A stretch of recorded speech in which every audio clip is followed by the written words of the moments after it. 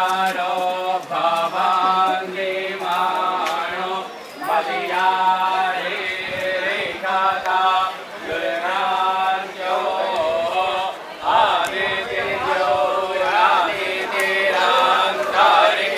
भादिते माता पिता सपुत्रः विश्वे देवा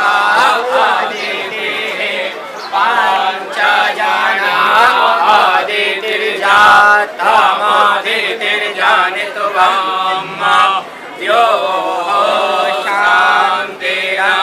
शान्तिरन्तरिक्षं शान्तिः पृथिवी शान्तिरापः शान्तिरोगदयः शान्तिः वनस्पतयः शान्तिर्विश्वे देवाः शान्तिर्ब्रह्म शान्तिः सर्वगो शान्तिः शान्तिरेव शान्तिः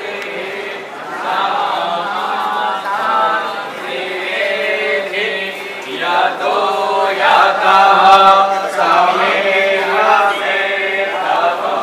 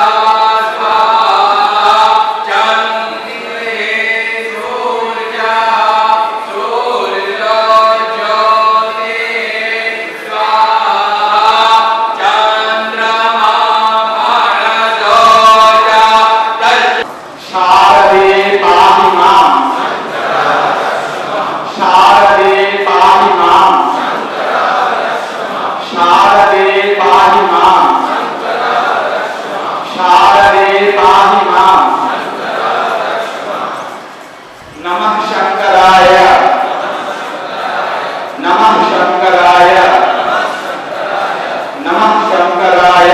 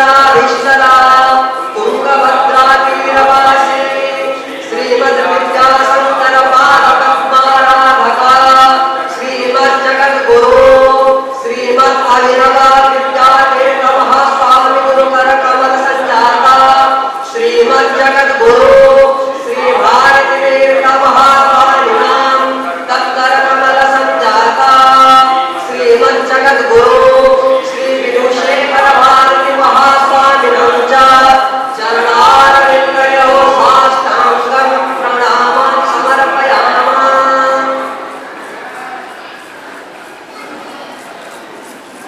বেদান্ত আমাদেরকে অন্ধকার জগৎ থেকে আলোর জগতে নিয়ে যায়। অজ্ঞান আমাদের দুঃখের কারণ হয়ে থাকে। যেই মুহূর্তে অজ্ঞান দূর হয় তখন আমাদের সকল দুঃখ দূর হয়ে যায়। যখন কোনো দড়িকে অন্ধকার রাত্রে সাপ বলে মনে হয়, তখন সেই অজ্ঞানের কারণে যে সাপ তৈরি হলো দড়িতে, ওটা দেখে মানুষ ভয় পায়। কিন্তু যেই মুহূর্তে ওতে আলো প্রয়োগ হয় এবং দড়িকে দড়ি বলে জানা হয়, তখন সেই সর্পের ভ্রম মিটে যায়। আর যখন এই অজ্ঞানটি মিটে যায়, তৎক্ষণাৎ তার সেই সর্পভয় দূর হয়ে যায়। এটাই হচ্ছে বেদান্তের মূল প্রয়োগ। তো অজ্ঞান দূর করে কি করে আমরা দৈনিক জীবনে বেদান্তকে এগিয়ে নিয়ে যাব এবং অজ্ঞানের থেকে জ্ঞানের দিকে আমরা ধাবিত হব, সেই বিষয়ে আজকের এই दैनंदिन जीवन में वेदांत इस विषय पर स्वामी जी श्री हरिब्रह्मेंद्रानंद तीर्थ जी महाराज हम लोगों को प्रवचन सुनाएंगे। हम अभी स्वामी जी महाराज जी को अनुरोध करते हैं कि वो अपना ये प्रवचन अभी से प्रारंभ करने की कृपा करें।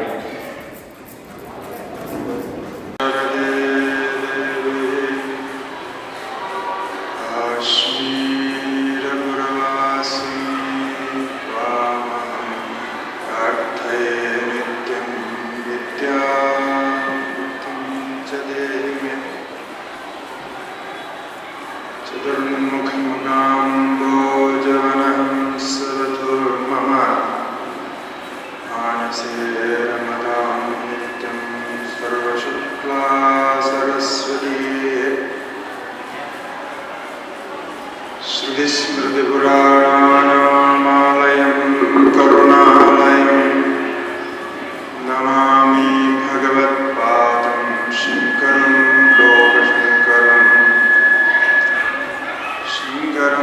शङ्कराचार्यं केशवं बादरायणं सूत्रभाष्यकृतो वन्दे भगवन्तौ पुनः पुनः।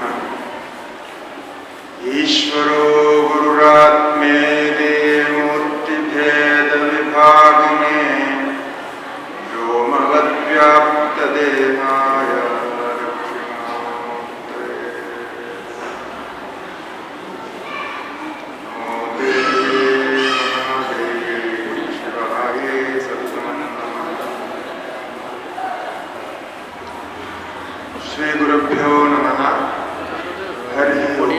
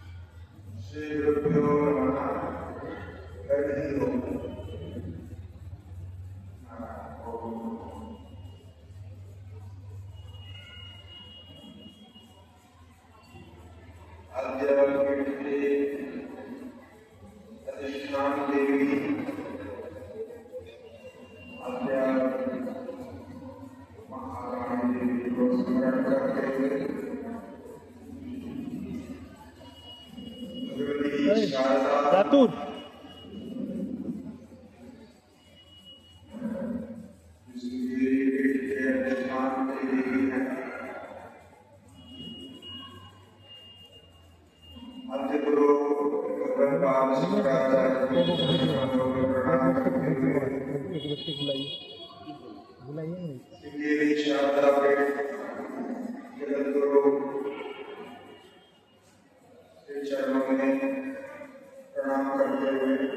उनको कहिए स्वामी जी का के ऊपर वीडियो रिकॉर्डिंग चाहिए।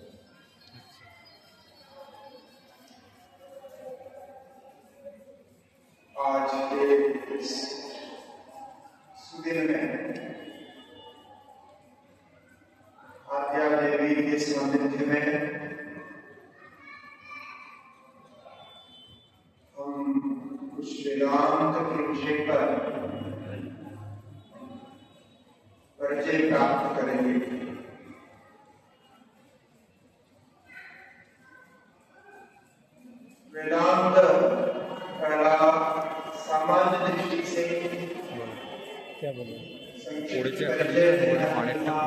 একটা করবে फोटो बाद में लेगा ফটো ভিডিও করেছে हाँ अभी जो फोटो लेगा হ্যাঁ शायद वीडियो रिकॉर्ड करेगा सिर्फ आप कुछ लोग वेदांत के श्रवण अभी स्वामी जी बैठे हुए किए हैं, रिकॉर्ड होंगे, करेगा वेदांत से परिचित होंगे। फोटो बाद में हो जाएगा अभी तक। छोटा छोटा वीडियो में वीडियो बना साकार निराकार निर्गुण सगुण सभी भाव में इस संपूर्ण जगत के कारण रूप में अनेकों देवी देवताओं के रूप में सभी चराचर के रूप में ভিডিওগুলো করে जो विद्यमान सच्चिदानंद स्वरूप है उसी को हम ब्रह्म नाम से एक कैसे दीजिए साइड में मैं आपको पता है लेकिन मैं ये वेदांत का प्रतिपाद्य विषय होता है। इसलिए वेदांत में ज्ञान भक्ति एवं सभी प्रकार के साधन तत्त स्तर पर अंतर्भूत हो जाता है। हम यहाँ विशद विवरण प्रस्तुत नहीं कर रहे हैं, जैसा समय के अनुरूप। सबसे पहले कैसे वीडियो बनाया ये वेदांत शब्द का अर्थ क्या है, क्योंकि बहुत सारे इसमें नए श्रोता भी होंगे, वेदांत क्या है उनको मालूम नहीं। तो वेदांत शब्द का अर्थ में दो पद है, वीडियो दोनों पदों का समास हुआ है। वो सिग्नल चाहिए जो यहाँ से वेद का अंत, वेद और अंत शब्द। तो वेदस्य वेदानां व अंतः यह अर्थ करते हैं। यहाँ वेद शब्द से चार वेद को लेते हैं, जो अपौरुषेय वेद है। चार वेद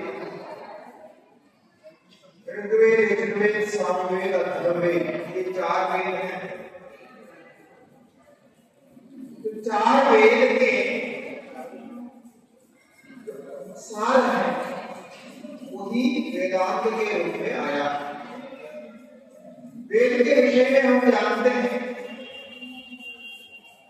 जो भारतीय संस्कृति है, सनातन वैदिक हिंदू धर्म है, जो अनादि काल से प्रवृत्त है, जो हम सबके जीवन में हमारे संस्कार के रूप में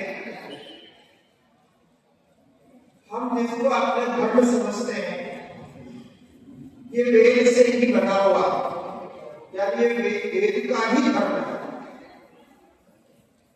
इसलिए इसको वैदिक सनातन संस्कार संस्कृति ऐसा कहते हैं। वैदिक का अर्थ होता है वेद से संबंधित, सनातन शब्द का अर्थ होता है व्यापक, नित्य, उससे बना हुआ बनी हुई जो संस्कृति है उसको वैदिक सनातन संस्कृति कहते हैं। ये संस्कृति वेद में आधारित है, चार वेद हैं। अब ये चार वेद जब देखते हैं तो हमें जो वेदांत मिलता है, वेदांत है उपनिषद। तो वेद की जितनी भी शाखाएं हैं, वेद के अलग अलग शाखाएं हैं, उनमें सभी में एक एक उपनिषद प्राप्त होती है। वेद की 1180 शाखाएं मानी गई। 1180 शाखाएं वेद की हैं। अर्थात उन सभी शाखाओं के एक एक शाखा की एक एक उपनिषद इस रूप में एक समय में 1180 उपनिषद यहाँ पे रही हो। सुनिए स्वामी जी के सामने किंतु वर्तमान में मुख्य रूप से 108 सामने उपनिषद बैठ के रिकॉर्ड करेगा एकदम और उपनिषद के नाम से यहाँ पे कुछ करीब 200 जितने उपनिषद यही प्राप्त कुछ होते हैं। उनमें 108 उपनिषद और 108 108 उपनिषद में भी 10 उपनिषद मुख्य माना गया है, जिसको हम प्रस्थान त्रयी में प्रस्थान के रूप में जोड़ते हैं। 10 उपनिषद ईशा आदि 10 उपनिषद एक कुर्सी ले लीजिए और एकदम सामने बैठ के रिकॉर्ड कीजिए, आराम हो जाएगा, वहाँ खड़ा खड़ा परेशान नहीं। और ये जो 10 उपनिषद हैं, 10 उपनिषद पर भगवत्पाद शंकराचार्य जी ने भाष्य लिखा है, संस्कृत में कमेंट्री भाष्य लिखा, इसलिए ये प्रस्थान के रूप में प्रसिद्ध है।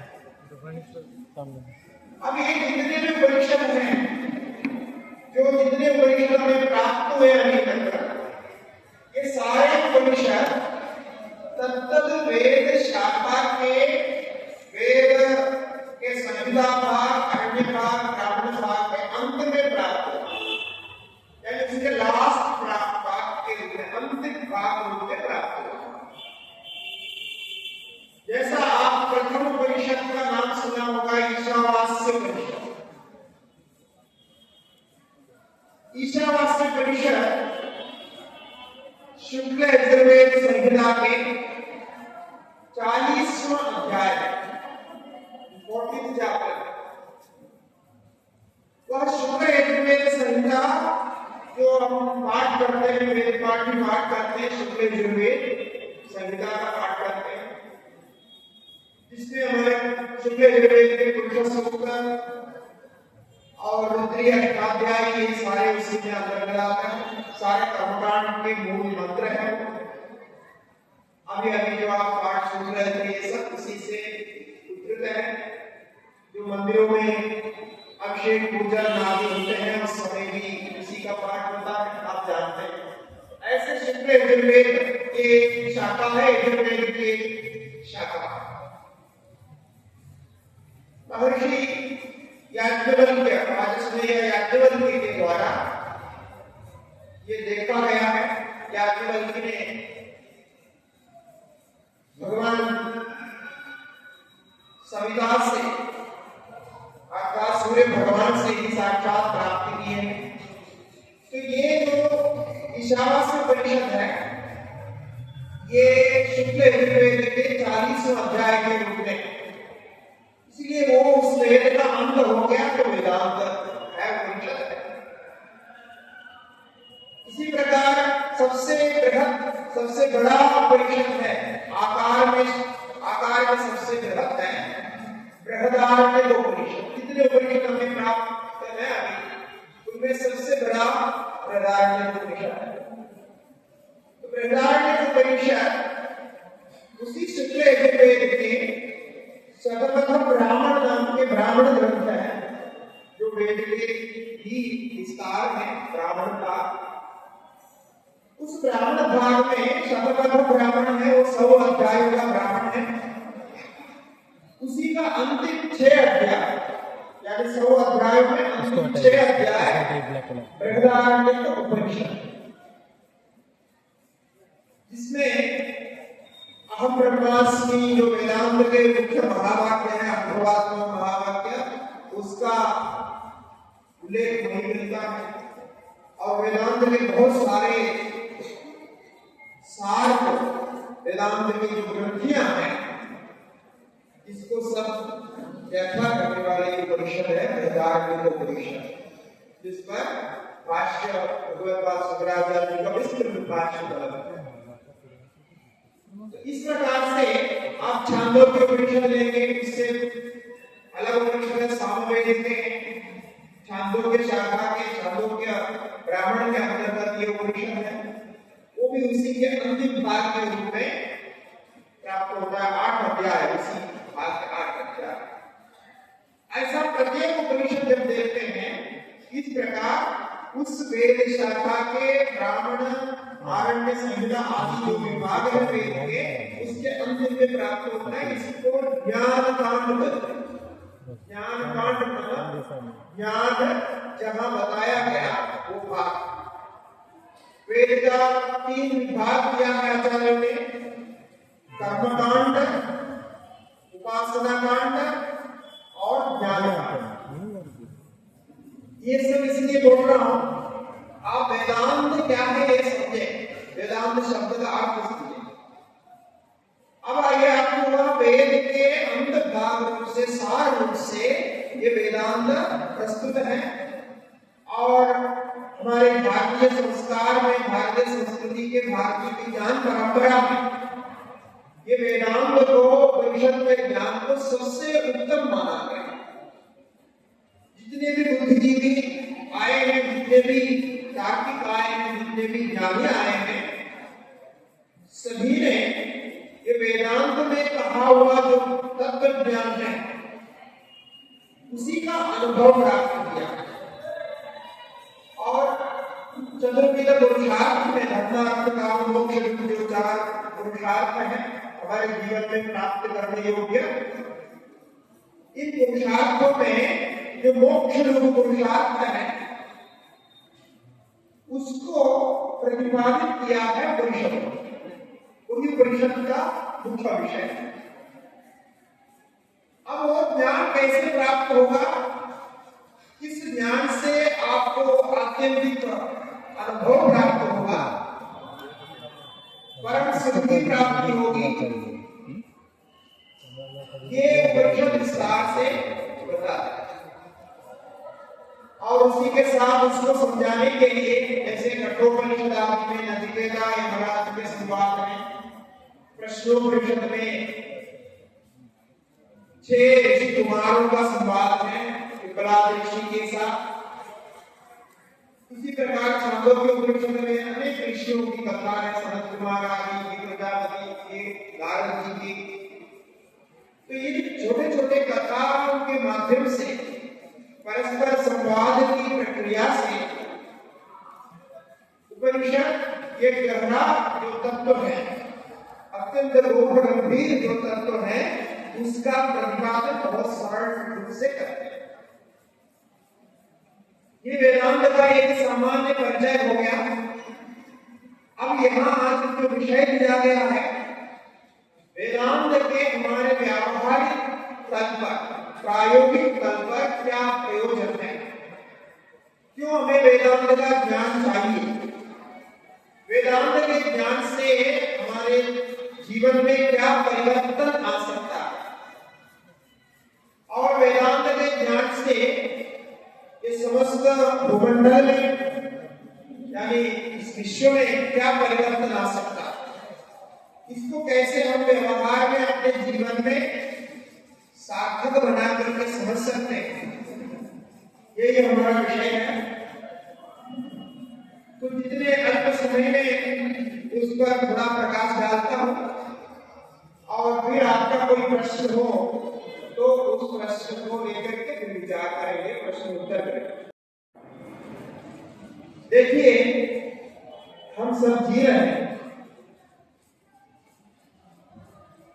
आप किस लिए जी रहे हैं, जीने का उद्देश्य क्या, किस लिए आप जी रहे हैं, जीने किसको प्राप्त करने के लिए, क्या प्राप्त करने के लिए जी रहे हैं, जीवन का उद्देश्य, लक्ष्य कभी सोचा कीजिए जी रहे हैं। ये तो सच है कि हम भोजन करने के लिए तो नहीं, और धन प्राप्त करने के लिए, धन कमाने के लिए तो नहीं है, फिर यश प्राप्त करने के लिए, ख्याति प्राप्त करने के लिए, प्रशस्ति प्राप्त करने के लिए, सम्मान प्राप्त करने के लिए, उसके लिए भी नहीं जी रहे। तो फिर आप किसके लिए जी रहे हैं, हमारा जीवन का मुख्य उद्देश्य क्या है?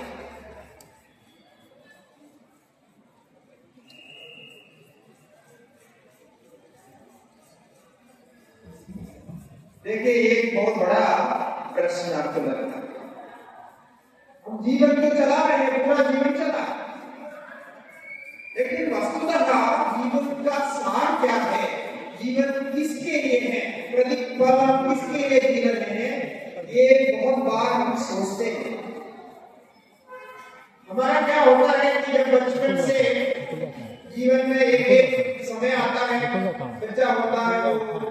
कोई नहीं बैठ शुरू सकता करता है, कहीं फिर नहीं करता बैठने है को जाता और बाद में ग्रेजुएशन होता है, फिर जॉब ढूंढते हैं, जॉब प्राप्त करते हैं, नहीं। फिर उससे बिल्कुल धन जाना कमाते हैं, फिर विवाह बिल्कुल होता जाना है देखा है। और गृहस्थाश्रम जीवन आरंभ करते हैं, फिर पिक्चर पूरे बोल रहे जीवन थे, इसी हाँ, में क्या बोल रहे थे लग सर? जाता है। तब तक समय पे हाँ, जो प्राप्त करना है उसको प्राप्त हाँ, करते रहते हैं और निरंतर पैसा धन एकत्रित करना इत्यादि प्रवृत्ति चलती रहती है।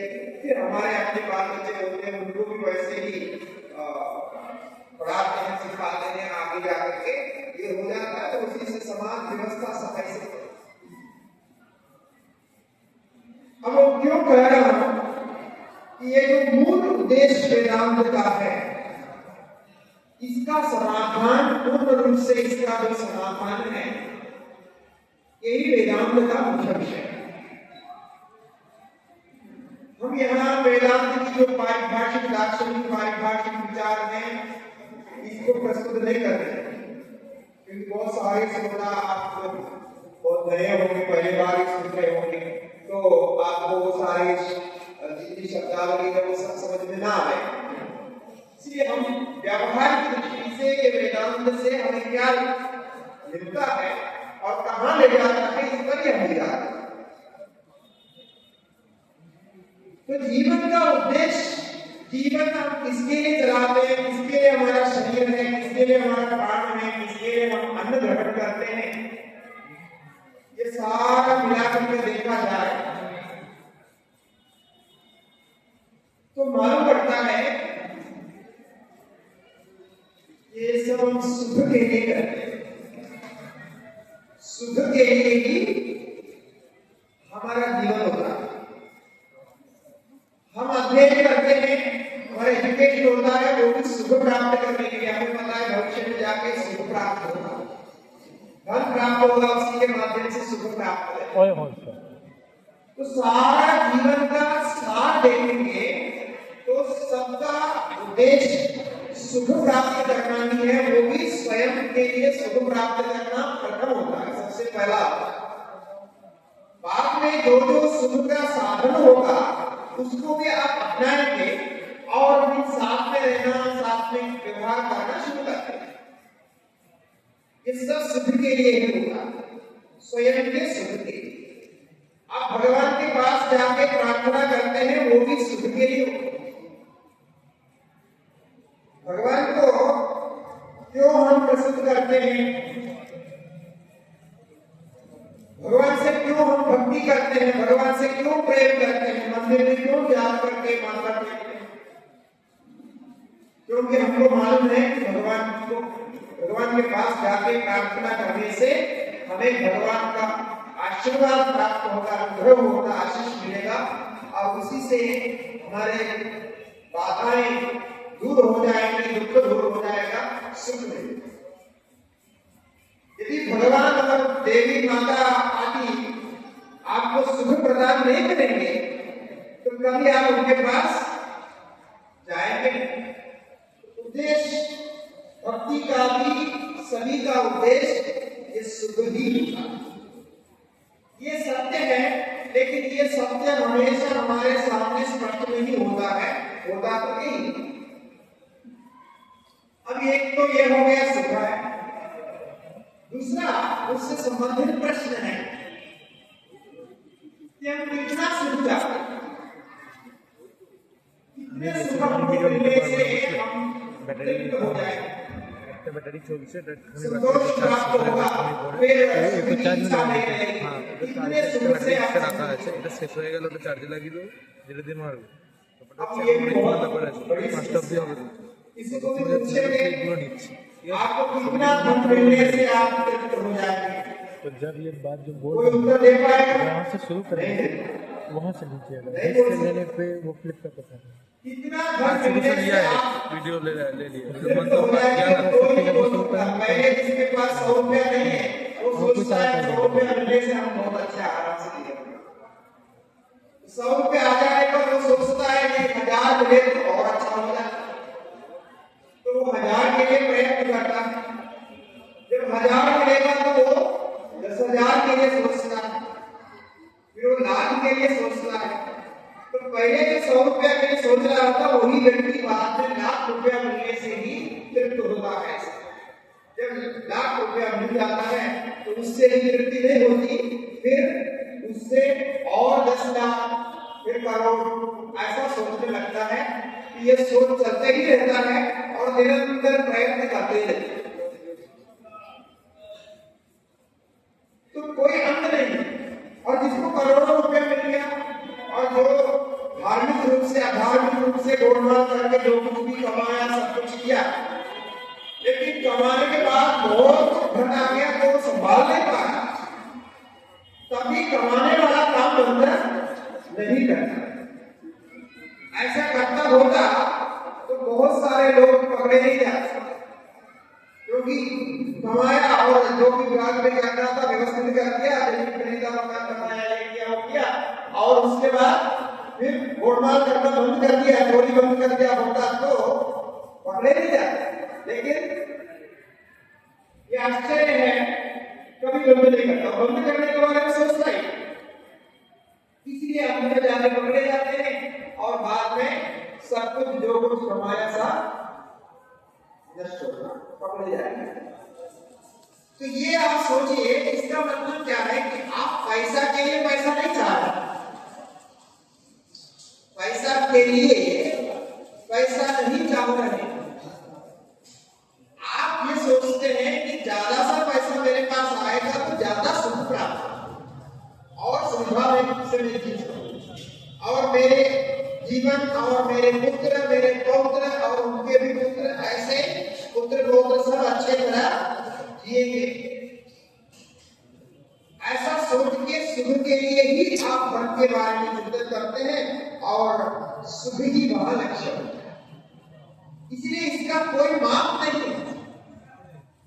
आश्चर्य, आपके कोई भी एजुकेशन में, कोई भी स्कूल में, कोई भी कॉलेज में, कोई भी आप पीएचडी करो, कहीं भी कुछ भी करो, जितना भी करो, कहीं भी ये मात्रा नहीं बताता है कि आपको इतना कमाना है और इतना आपके जीवन से हो जाए।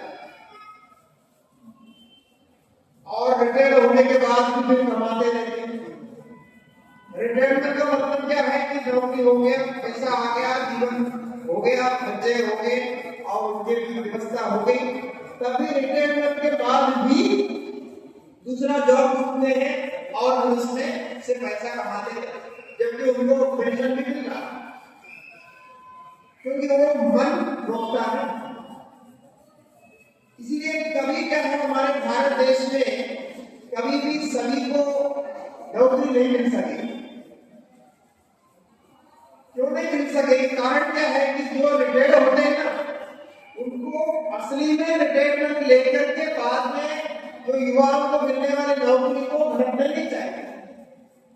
अब वो उनको तो तनख्वाह भी मिल रहा है, क्या पेंशन भी मिल रहा है, और उसके साथ जो युवा के लिए नौकरी है उसको भी एक कब्जा कर लेते हैं, क्योंकि वो बहुत सारी नौकरी है जिसमें रिटायरमेंट करने के बाद जाता है तो कम दाम में कम पैसे में काम करेगा, और कंपनी वाला चाहते हैं कि उनका कम करता हो तो कंपनी वाला ये लोगों को बुलाते हैं और बोलते हैं इनके पास एक्सपीरियंस ज्यादा है तो ये प्रयोग करें।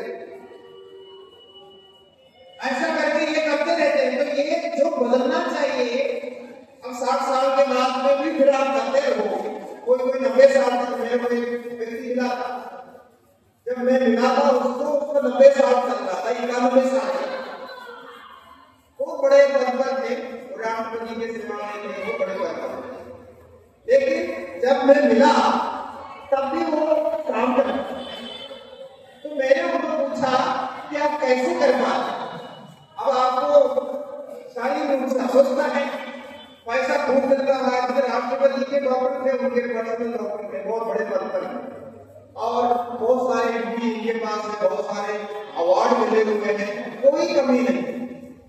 फिर भी 91 साल में भी वो जा रहा है। उस समय पहले बार सत्संग में आया था, किसी ने बुला कर आया और आकर के मैंने ऐसे बात की, मैंने पूछा तो उनका पहले पत्र दिया तो देखा तो काफी उम्र के हैं। तो मैंने पूछा क्या करते हैं? तो बोलते हैं हम अभी भी जाते हैं, क्योंकि वो छोड़ नहीं सकते। क्यों नहीं छोड़ सकता? वो बोलता है कि हमें छोड़ करके बैठने का अभ्यास नहीं, हम चुपचाप नहीं बैठ सकते हैं और काम करते रहते, चलो जो मिल रहा है तो चलेगा। अब देखिए ये भाव रखेगा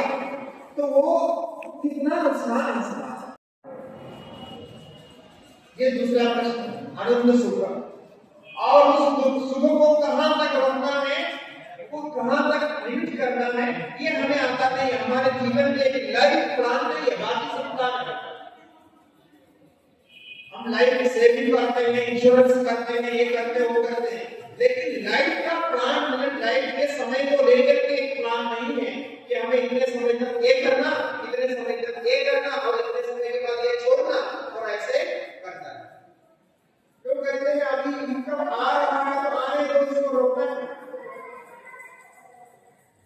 ऐसा नहीं होता है कि आते रहे तो आप प्राप्त करते रहे, होते रहे तो ऐसा बनते रहे, ऐसा नहीं होता है। सभी का अपना लिमिट होता है, और समय पर व्यवस्थित रहे तो अच्छा होता है। ये क्यों नहीं होता? हमारे अंदर वो सुख को लेकर के ये जो वासना है, ये निरंतर चलती रहती है, अर्थात हम अनंत सुख चाहते हैं, और ऐसा सुख चाहते हैं जिसमें कोई बाधा कभी ना हो।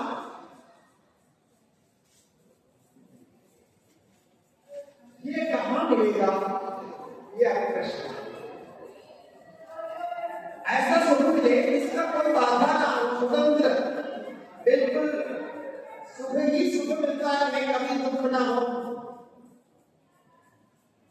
सुख के लिए किसी और के आश्रय ना लेना पड़े तो कितना अच्छा हो। अभी तो हमको सुख प्राप्त होना है तो बहुत अनेक आश्रय चाहिए, अनेक विषयों को लेकर के हमको सुख होता है। धन चाहिए, परिवार चाहिए, दोस्त चाहिए, फिर क्या क्या चाहिए, सारे मिलने चाहिए, सारे मिलने रहे तो हमें सुख होगा, और इनमें से कोई भी बिगड़ गया तो सुख नहीं।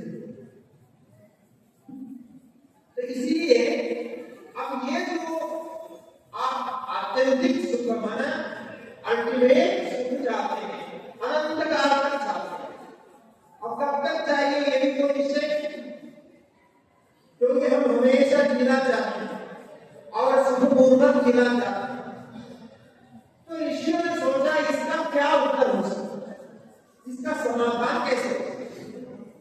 क्योंकि शरीर से तो ये सारा प्राप्त होगा ही नहीं, क्योंकि शरीर जो है पहले युवा बच्चा रहता है, बाद में युवा बनता है, फिर इसके बाद वृद्ध होता है, वृद्ध होते ही धीरे धीरे कमजोर होने लगता है, और उससे जो कुछ प्राप्त करना था वो सब धीरे धीरे कम होने लगता है। पहले जितने खा रहे थे चूल्हा आदि वो अभी नहीं खा सकते हैं, जब नहीं भूलना है और मुश्किल होता है।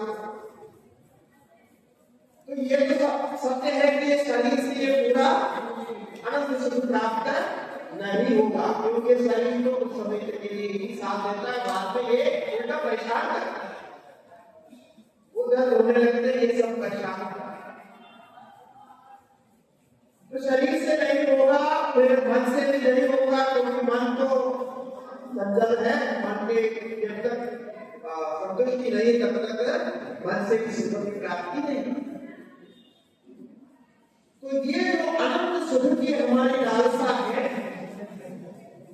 इसका उत्तर है आप ज्ञान को प्राप्त करो, आप आत्मा को प्राप्त करो, आत्मा का ज्ञान प्राप्त करो, उस आत्मा को सर्वव्यापक रूप में उसके स्वरूप में जानो, जिसको ब्रह्म शब्द से कहा गया। कोई भी देवी देवताओं के रूप में भी हमारे पुराणों में वर्णन करते हैं तो वो व्यापक रूप से वर्णन करते हैं। आप देवी भागवत में देखेंगे, देवी माता के जो वर्णन है वो सर्वव्यापक रूप से ब्रह्म रूप से वर्णन करते हैं। आप चंडी पाठ में देखिए, चंडी पाठ में जो देवी का वर्णन किया प्रथम अध्याय से लेकर के जो भी वर्णन करते हैं बहुत व्यापक रूप से आदि शक्ति के रूप में, महालक्ष्मी के रूप में, महासरस्वती के रूप में, महाकाली के रूप में जो वर्णन किया है वो ब्रह्म रूपिणी ही है। तो जो भी देवी देवता आप मानिए, लेकिन उसको व्यापक रूप से जानिए, व्यापक रूप से मानिए, और आपके अपने स्वरूप को भी व्यापक जानिए, नित्य मानिए, और नित्य को ही सनातन करते। अब ये व्यापक रूप से कैसा जाना जाए, ये तो हमें पता नहीं है कि ये व्यापक कैसे। हमारे अंदर जो आत्मा है ये सर्वत्र व्यापक है, सभी के अंदर विराजमान है, कैसे जाना जाए, इसके लिए विचार का मार्ग प्रस्तुत करता है उपनिषद। ये ज्ञान आपको केवल उपनिषद से ही प्राप्त होगा और किसी से प्राप्त नहीं होगा। आप जितने अध्ययन करते हैं स्कूल कॉलेज आदि में, वहां कहीं भी इस विषय में नहीं बोलते हैं कि आपकी कोई आत्मा है और वो आपके अंदर विराजमान है और यही आत्मा सर्वव्यापक है, यही आत्मा इस सृष्टि को करता है और यही आत्मा सूर्य चंद्र आदि के रूप में है और यही आत्मा पृथ्वी के रूप में है और यही आत्मा आपके स्वरूप में सर्वव्यापक है। इसलिए आप स्वरूपतः नित्य हो, सत्य हो, ऐसा कोई भी अध्ययन में आपको प्राप्त नहीं होता है, केवल उपनिषद में प्राप्त। इसीलिए वेदांत में ज्ञान की आवश्यकता है। और ये जो एकात्मा स्वरूप का ज्ञान है, अद्वैत का ज्ञान है, एक आत्मा में सत्य है, ये जो ज्ञान है, यही विश्व में एकमात्र ज्ञान है जो विश्व को एक कर सकता है। विश्व को एक करने वाला कोई ज्ञान यदि भविष्य में विचार में आ जाए तो वो अद्वैत ज्ञान है। वसुधैव कुटुम्बकम् सर्वं खलिदं ब्रह्म आत्मैव इदं सर्वं ईशावास्य इदं सर्वं। ये सुनने से, चिंतन करने से कितना अद्भुत है। यहाँ कोई भेद नहीं। तो वसुधैव कुटुम्बकम् का अर्थ है कि ये वसुधा, ये संपूर्ण पृथ्वी हमारे परिवार हो, हम ये सब उसी के, हम सब उसी के अंग। जैसे आपके परिवार को, आप अपने परिवार को एक मानते हैं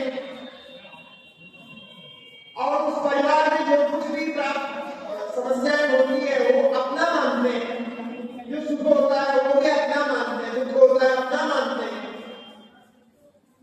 इसी प्रकार उस परिवार को आप अपने गांव तक, अपने नगर तक, अपने ব্যাগের উপরে, আমার ব্যাগের উপরেই রেখে দিচ্ছি, তুমি তো রাখলে। ये व्यापकता में आनंद है।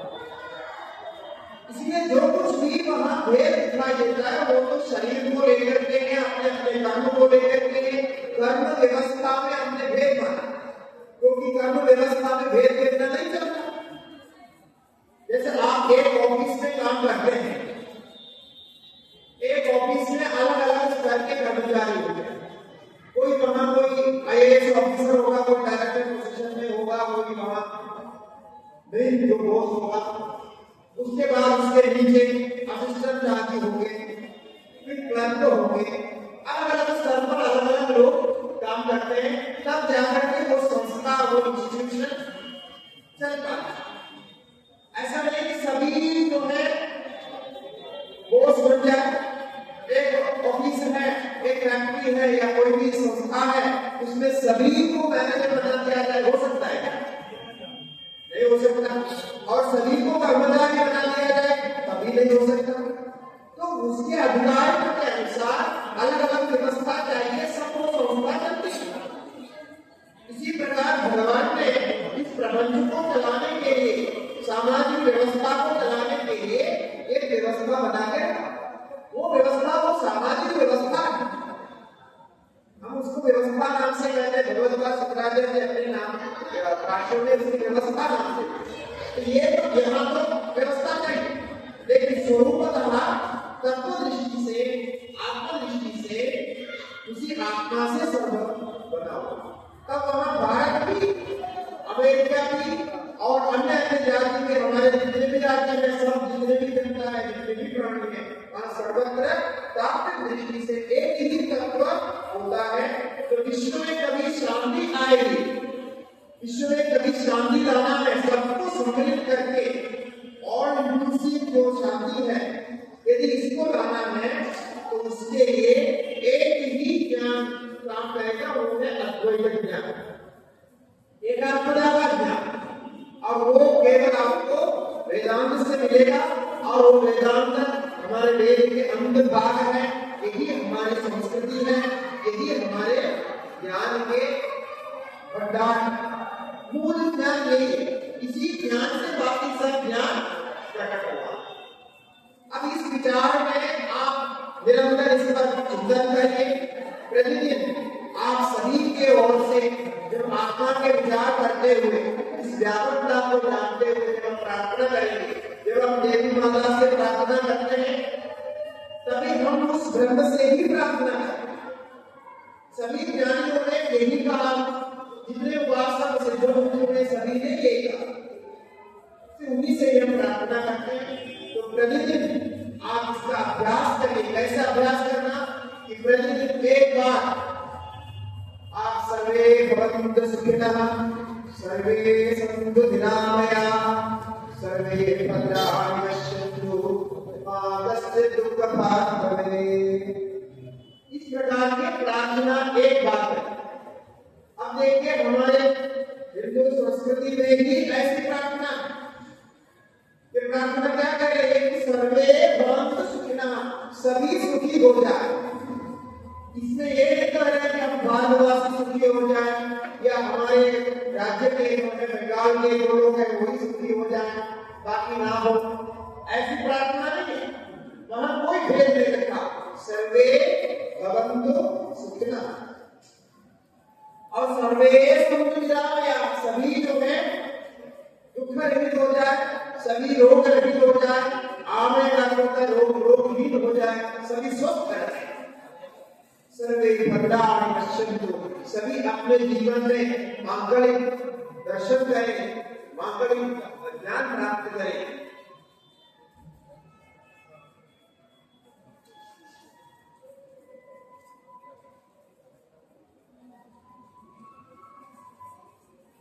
तो ये जो निरामय है वो सभी के लिए प्रार्थना, सर्वे भवन्तु सुखिनः, सर्वे सन्तु निरामयाः, सर्वे भद्राणि पश्यन्तु मा कश्चित् दुःखभाग्, किसी को दुख ना हो।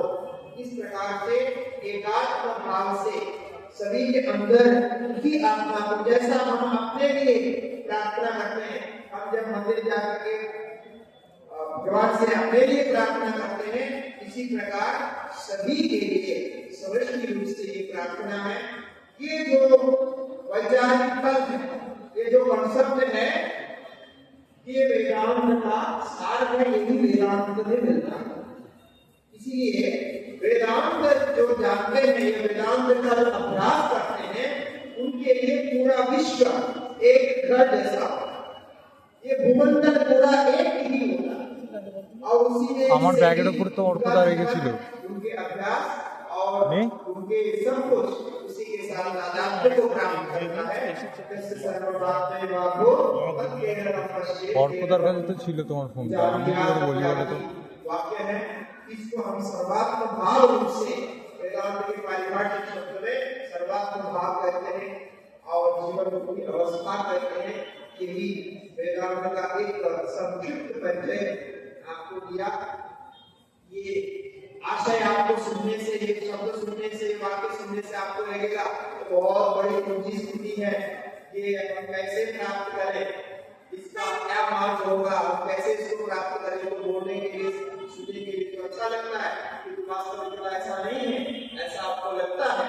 किंतु आप ये जैसा आपने जो कहा, प्रतिदिन आप अपने लिए जैसा प्रार्थना करते हैं भगवान से, उसी प्रकार सर्वे भवन्तु सुखिनः, सर्वे सन्तु निरामयाः, ये जो वाक्य है, लोका समस्ता सुखिनो भवन्तु, ऐसा जो वाक्य है, इस प्रकार से सर्वभाव को स्वीकार करते हुए यदि आप प्रार्थना करेंगे तो अवश्य ही आपके जीवन में शनि धीरे धीरे जो है आपके जीवन में ये भाव उतर आएगा।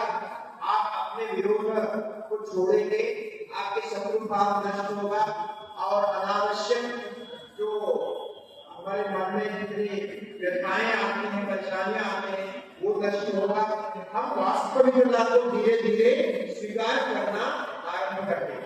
जैसा हमने कहा, सुख ही आपके जीवन का लक्ष्य है और सुख प्राप्त करने के लिए हम जी रहे हैं, तो प्रत्येक प्राणी उसी के लिए जी रहे हैं। यही भाव मन में रखिए। और इन शब्दों के साथ मैं अपने वक्तव्य को यहाँ पूर्ण करता हूँ। हरि ओम श्री गुरुभ्यो नमः हरि ओम।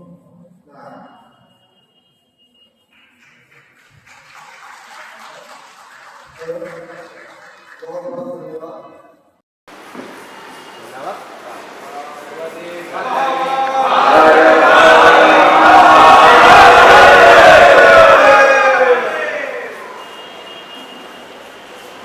गुरुर्ब्रह्मा गुरुर्विष्णु गुरुर्देवो महेश्वरः गुरुः साक्षात् परं ब्रह्म तस्मै श्री गुरवे नमः। श्री गुरुचरणकमलेभ्यो नमो नमः। उभयेषां जगद्गुरूणां चरणारविन्देषु साष्टाङ्गं प्रणिपत्य गुरुर्ब्रह्मा गुरुर्विष्णु गुरुर्देवो महेश्वरः गुरुः साक्षात् परं ब्रह्म तस्मै श्री गुरवे नमः। श्री गुरुचरणकमलेभ्यो नमो नमः। उभयेषां जगद्गुरूणां चरणारविन्देषु साष्टाङ्गं प्रणिपत्य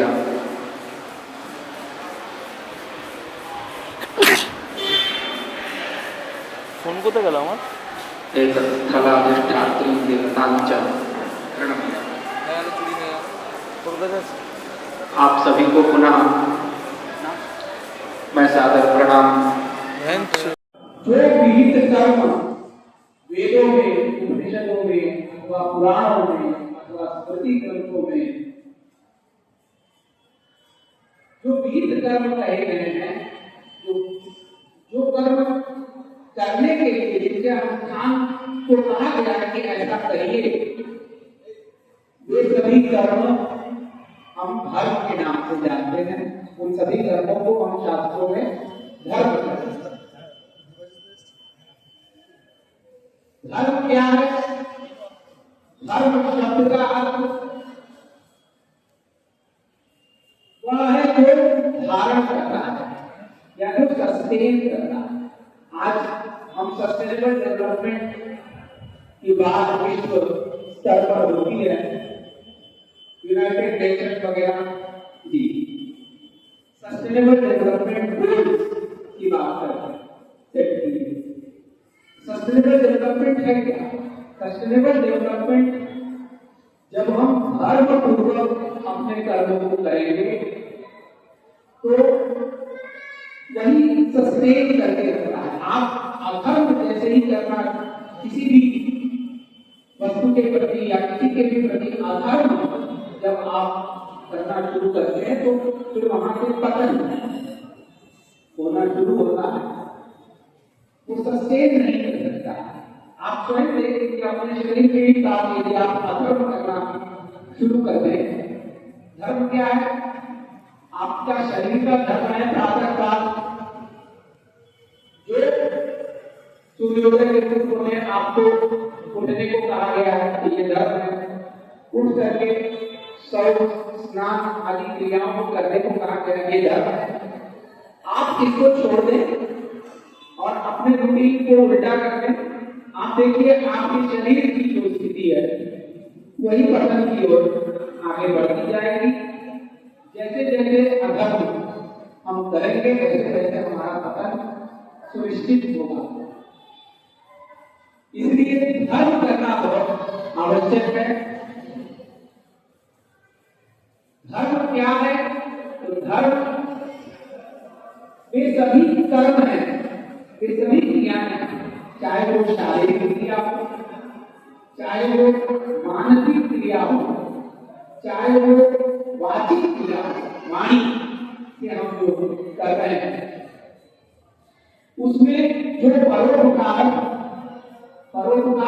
के लिए जो क्रिया की जाती है, अष्टादश पुराणेषु व्यासस्य वचनद्वयं परोपकारं पुण्याय पापाय प्रतीयते। धर्म का यही सार है कि जो भी हम कर्म करें, चाहे अपनी वाणी में कुछ बोले तो उससे किसी का कल्याण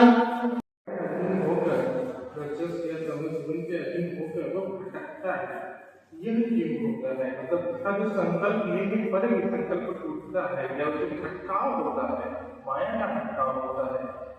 किस संदर्भ में हम देख सकते हैं? एक इसके लिए एक दृष्टांत खाली मैं प्रयास करूंगा, शायद आपको शंका का समाधान हो। एक शास्त्रों में धर्म का दृष्टांत आता है कि गृहस्थी में सर्व आप उसको देखिए, कोई एक पथिक है, रास्ते पर जा रहा है और अंधेरा है, मतलब थोड़ी सी रोशनी है, चांद चंद्रमा की रोशनी है, हल्की थोड़ी सी है, अच्छा, लेकिन वस्तु स्पष्ट नहीं दिख रहा। एक रस्सी लटक रही है और वो रस्सी सर्प की तरह लड़की की बारी में हवा चल रही है, हवा चलने के कारण इस प्रकार से झूल रही है जैसे पानी की तरफ झूल रहा है। जब उसको भ्रम होता है कि ये सर्प देख करके उसको भ्रम होता है कि ये सांप, तो ये जो भ्रम हो रहा है ये कैसा भ्रम है? ये प्रत्यक्ष भ्रम है, ये उसको डायरेक्ट सेंस ऑर्गन को ज्ञान होता है सामने की सांप है। अच्छा, अब उसको कोई बोल रहा है बगल में खड़ा होकर कि नहीं वो सांप नहीं है, वो रस्सी है, बोल रहा है। बोलने पर भी उसका जो सर्प दिखना है वो दिखता ही है, उसका भ्रम नहीं दूर होता। बात समझ में आ रही होगा। कहने का मतलब यह है कि यदि हमें पता है कि आत्मा नित्य है, उसी को प्राप्त करना, परमात्मा को प्राप्त करना ही लक्ष्य है, सब कुछ पता है, हमारी आत्मा आनंद स्वरूप है, सत्य स्वरूप है, चित्त स्वरूप है, ये सब हमको पता है, लेकिन कैसे पता है? साक्षात्कार रूप में पता नहीं। हम लोग ये सब सुन रहे हैं वर्बली, है ना, वर्बल कॉम्पिटिशन जो है इसके हमको हो रहे हैं, एक तरह से इनडायरेक्ट नॉलेज हो रहा है, प्रत्यक्ष हमको आत्मा का उस रूप में नहीं होने के कारण जब तक वो प्रत्यक्ष नहीं होगा तब तक वो प्रत्यक्ष भ्रम की विरुद्ध, जैसे उसे सर्प तब तक दिखेगा जब तक कि वो सामने जाकर देख न ले कि रस्सी है। जब उसको रस्सी अच्छी तरह से दिख जाएगी तभी उसको ये जो भ्रम है सर्प का दिखना है वो बंद होगा। तो उसी प्रकार से जगत जो प्रपंच का जो भ्रम है वो प्रत्यक्ष है, वो डायरेक्ट है, बहुत ही डायरेक्ट है। और ये जो भ्रम है ये तब तक नहीं जाता जब तक हम आत्मा के स्वरूप का साक्षात्कार, इसलिए साक्षात्कार शब्द का प्रयोग करते हैं। साक्षात्कार जब तक नहीं होता तब तक हमारी भ्रम की वृत्ति होती नहीं।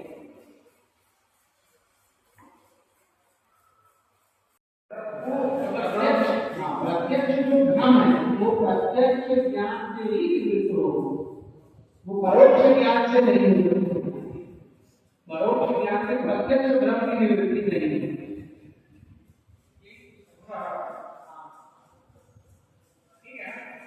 चंद्रमा को देखते हैं पृथ्वी से इतना बड़ा दिखता है, प्रत्यक्ष है, लेकिन वो इतना बड़ा नहीं है, लेकिन वो इतना ही बड़ा दिखता है। वो क्यों दिखता है? क्योंकि दूरी है, एक प्रकार का वो भी भ्रम ही है, तो वो प्रत्यक्ष भ्रम है। हम जानते हैं उसका साइज कितना है, इतना परिमाण है, सब कुछ जानते हैं, लेकिन विपरीत नहीं दिखता है, तो वो प्रत्यक्ष के ही जो है उसका निवृत्ति होता है, ये नियम है। और किसी का कोई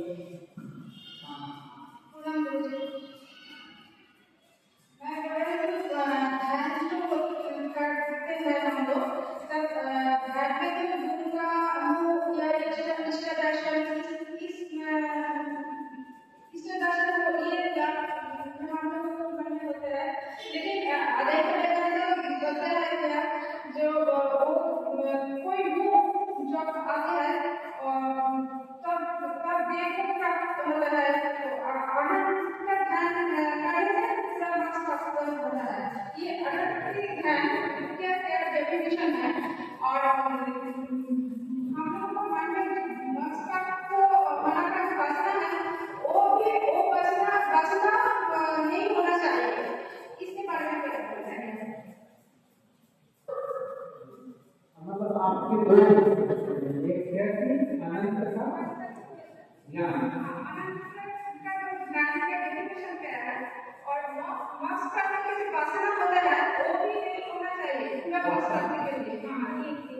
प्रयास करते हैं जहाँ तक हम समझ पा रहे हैं अनंत का ध्यान। ध्यान का मतलब क्या है?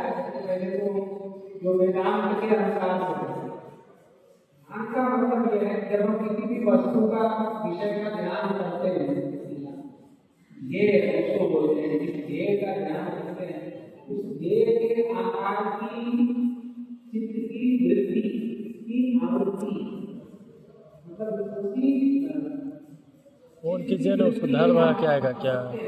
हाँ अरे भाई यही तो मेन चीज है। तो निरंतर जो है उस ध्येय को अपने चित्त का आलम्बन बना करके रखना, वो ध्यान। मतलब निरंतर जो उसी के आकार है। हम जैसे मान लीजिए शिव का ध्यान करते हैं, तो शिव का ध्यान करने का मतलब क्या है? शिव का एक स्वरूप है, वो कृष्ण भगवान है या जटा रानी है, गंगा निकल रही है, पार्वती के बगल में है, वासुकी नाग है, इत्यादि इत्यादि जो स्वरूप ज्ञान ध्येय का जो स्वरूप है उसका स्मरण निरंतर उसका स्मरण करते रहना। उसके उसी की चित्त वृत्ति का निरंतर एक प्रवाह, जैसे गंगा का एक प्रवाह होता है, गंगा में जल का एक प्रवाह निरंतर प्रवाह होता है, उसमें नहीं ऐसा नहीं कि आगे रुक गया, थोड़ी देर रुक गया फिर प्रवाह हुआ, ऐसा नहीं। वैसा एक निरंतर चित्त की वृत्ति का प्रवाह, यही है ध्यान। इसमें जितनी निरंतरता और जितनी दीर्घकालिकता रहेगी उतना जो है वो ध्येय का जो है स्पष्ट प्रतिभास होता है। तो ये है ध्यान की प्रक्रिया। ध्यान अनंत का ध्यान का मतलब क्या है? अनंत का ध्यान ऐसा, अनंत मतलब तो ब्रह्म, ब्रह्म की बात,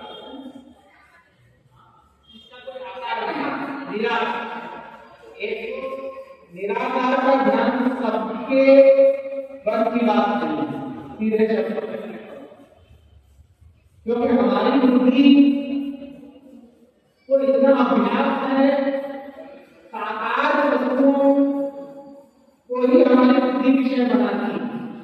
हम जब भी, क्योंकि इस प्रकार का अभ्यास है बुद्धि का, हमारी बुद्धि का इस प्रकार का अभ्यास, जिसमें कोई साहित्य हो, जिसमें कोई कलर हो, ऐसी चीजों को हमारी बुद्धि विषय बनाने आ रही है।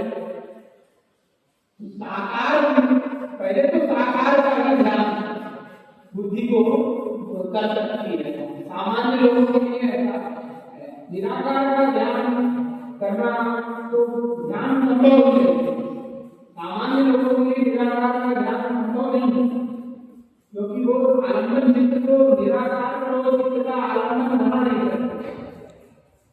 साकार का आलम्बन करते हैं, पहले साकार का ध्यान करते हैं, किसी मूर्ति का, देवी भगवती है या भगवान है, इष्ट देवता का ध्यान करते करते करते करते जब ध्यान में अत्यंत प्रावीण्य आता है, तब धीरे धीरे जो है उसके जो आकार है उससे बुद्धि को हटाते, हाँ बुद्धि को आकार से फिर हटा करके फिर बिना प्रणव ओंकार, ओंकार का ध्यान करते हैं, ओंकार के अर्थ का चिंतन करते हैं। तो उस तरह धीरे धीरे बुद्धि को ट्रेन करना पड़ता है।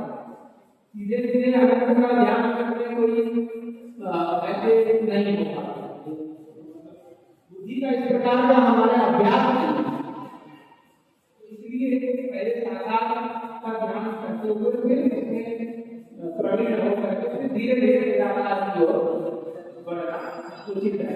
उसी से मन एकाग्र हो, नहीं तो मन की एकाग्रता बहुत कठिन है। कुछ कुछ लोगों ने जो कि पूर्व जन्म के बहुत पुण्य किए हुए हैं, बहुत ध्यान किए हुए हैं, ऐसे संस्कार जिनके अंदर है, सिद्ध महात्मा योगी है, तो उनको संभव है, सामान्य लोगों को संभव नहीं होगा।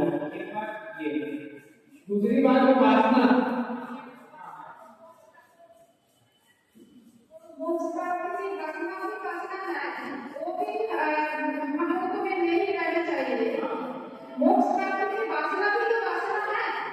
प्राप्ति मोक्ष प्राप्ति के वासना हम लोग का होता है, मुक्ति की वासना नहीं, वो बात वो भी तो वासना है, तो वो भी यही राइट चाहे यही बोलते हैं मोक्ष प्राप्ति की कोई वासना नहीं होती। मोक्ष यदि प्राप्त कर लेना, मोक्ष की प्राप्ति का मतलब ये है कि आत्मा की प्राप्ति। मोक्ष की प्राप्ति का मतलब ये नहीं है कि कोई अप्राप्त वस्तु की प्राप्ति, अपने आप की ही प्राप्ति है। सेल्फ रियलाइजेशन ही मोक्ष है। आत्मदर्शन से आत्मा की ही प्राप्ति होती है। आत्मा की ही प्राप्ति हो जाना मोक्ष की प्राप्ति है। किसी दूसरे वस्तु की प्राप्ति नहीं है मोक्ष की। जैसे कभी कभी माला होता है, लोग पहनते हैं, कभी किसी बहुत लोग यदि व्यस्त रहते हैं, कहीं धूप ध्यान से उतर जाता है कि माला हमारे गले में, फिर हम इधर उधर खोजने लगते हैं। कभी ऐसा होता है कोई वस्तु को हाथ में करके खोज रहा है, खोजते जो है हमको लगता है कि कहाँ चला गया, मतलब वहाँ उस समय हमको भ्रम होता है कि ये हमारे पास नहीं है ये वस्तु।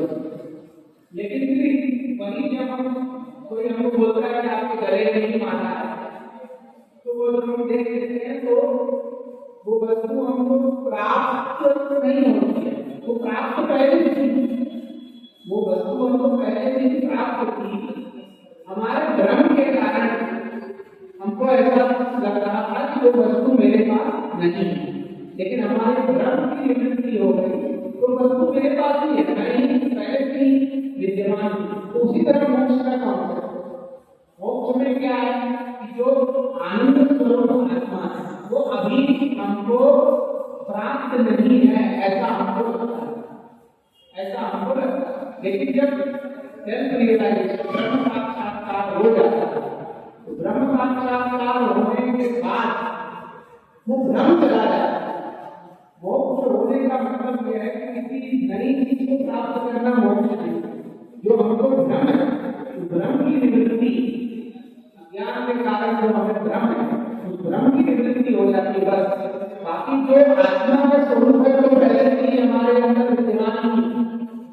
आत्मा हमको हमेशा प्राप्त ही किया है, तो उसकी कोई वासना, मोक्ष की कोई वासना नहीं होती। मोक्ष का मतलब है आत्मा के स्वरूप की प्राप्ति, अपने स्वरूप की प्राप्ति। अपने स्वरूप की प्राप्ति हमको पहले से ही है। वो कोई प्राप्ति ऐसी प्राप्ति नहीं है कि हमें पहले अप्राप्त था और प्राप्त हो गया, ऐसा नहीं। प्राप्ति का मतलब है भ्रम की निवृत्ति।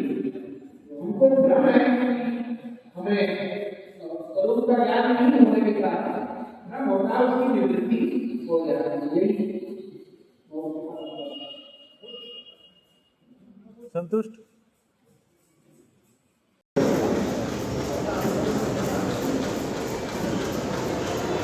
सिन्नन्तु विश्वे अमृतस्य पुत्रा आये धर्मानि दिव्यानि तस्तु विदाहमेतं पुरुषं महान्तम् आदित्यवर्णं तमसकरस्तात् तमेव विदित्वा मृत्युमेति नन्य पन्था विद्यते। আমি শ্রদ্ধার সঙ্গে স্মরণ করি মঞ্চে যারা উপস্থিত হয়েছেন, প্রতিকৃতির মাধ্যমে পরম গুরু শ্রদ্ধেয় শঙ্করাচার্য মহারাজজি, তার পরম্পরা গুরুবৃন্দ এবং বর্তমান আগত 4টি মঠের প্রতিনিধি হয়ে তিনি আজকে উপস্থিত হয়েছেন, তাকে আমার সশ্রদ্ধ সাষ্টাঙ্গ প্রণাম। এবং যারা এই মঠে আজকে ওনার উপস্থিতিতে এবং এই যারা মঠ আমাদের চেয়ারে আছেন সবাই কিন্তু ব্রহ্মস্বরূপ। তাদের উপস্থিতিতে যারা এসেছেন তারা ধন্য ধন্য ধন্য। আজকে আমি অভিভূত, কারণ বহুদিন পর মনে মনে আমার খুব আকাঙ্ক্ষা ছিল, কারণ যোশীমঠে আমি সর্বানন্দদের সাক্ষাৎ পেয়েছি, ওনার সঙ্গ করেছি। তা আমার ইচ্ছে ছিল আমাদের আদ্যাপীঠে কি এরকম হয় না, মা পূর্ণ করেছেন। আজকে যে শান্তি মন্ত্র পাঠের মাধ্যমে মহারাজ এখানে উপস্থিত হয়েছেন, মন্ত্র তো মন্ত্র না, শব্দ ব্রহ্ম, আকাশ বাতাস ধ্বনিত। এই মন্ত্র যেন বাইরে না থাকে, প্রত্যেকের হৃদয়ে প্রবেশ করে, তা যেন অনুরণিত হয়, সকলকে ধন্য করে। শান্তি বললে শান্তি আসবে। তা আমি কি বলবো, এই যে বড় বড় মহাত্মাদের সামনে বিদ্বান সর্বত্র পূজ্যতে, একজন বিদ্বান এসেছেন, বিদ্যার্থীরা আছে, তারা এই ড্রেস পরে ভারতবর্ষের আদর্শকে স্মরণ করে আর এখানে আমাদের আদ্যাপীঠে এসেছেন, সেই আদর্শকে স্মরণ করিয়ে দিতে। তোমরা দেখো যারা উপস্থিত হয়েছ, তোমরা তোমাদের ছাত্রছাত্রীদের, বিদ্যালয়ের ছাত্রছাত্রীদের, নিজেদের সন্তানকে শিক্ষা দাও, ভারতবর্ষের আদর্শকে ধরে রাখো। এই হচ্ছে প্রাচীন সভ্যতা, প্রাচীন সংস্কৃতি। আমি কি বলবো,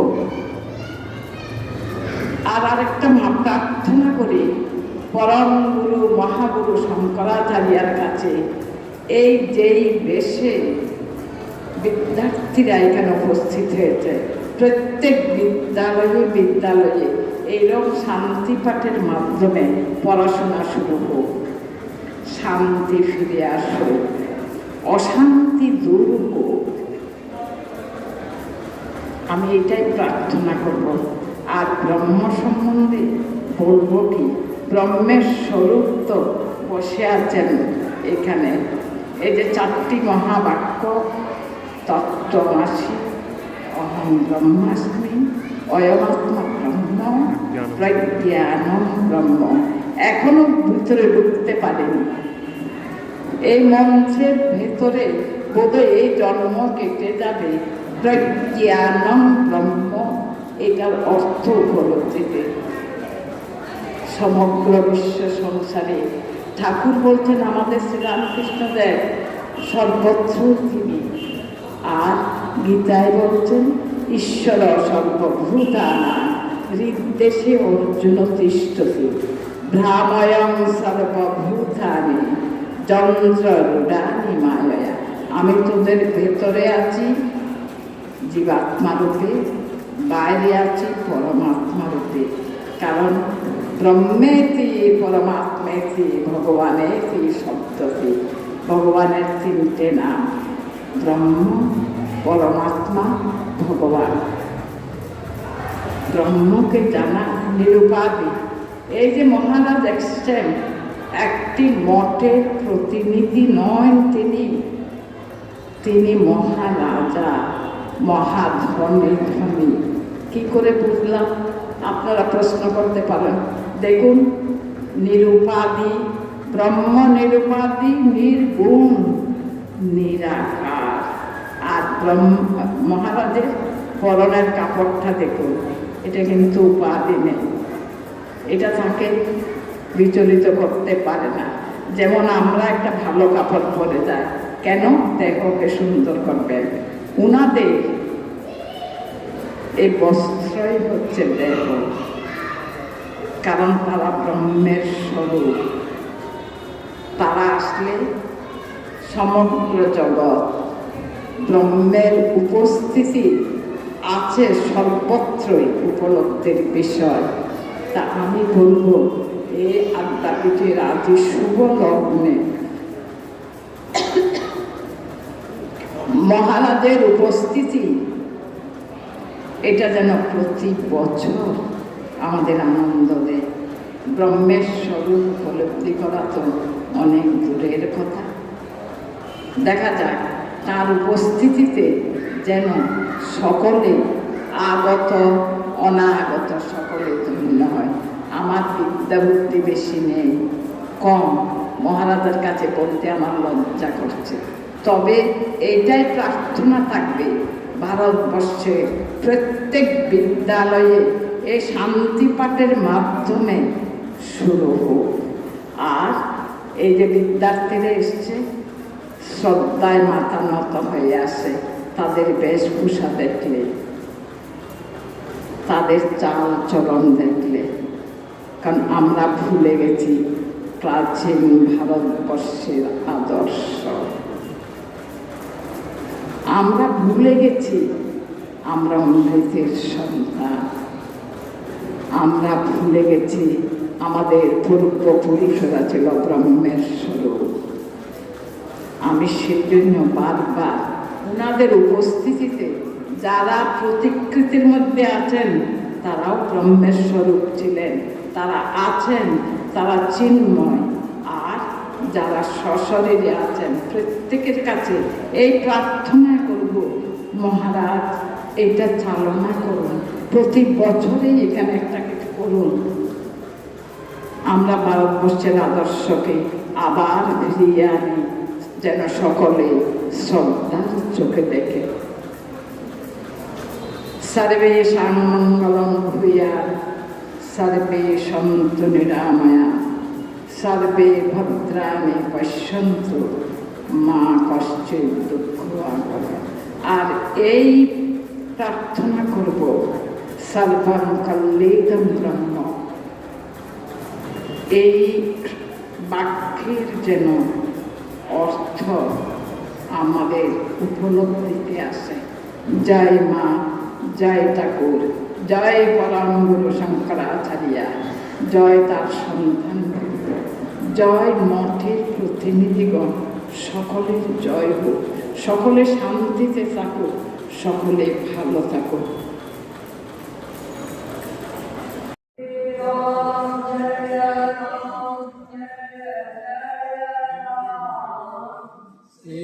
Ram Jaya Ram Jaya Jaya Ram, Sri Ram Jaya Ram Jaya Jaya Ram, Sri Ram Jaya.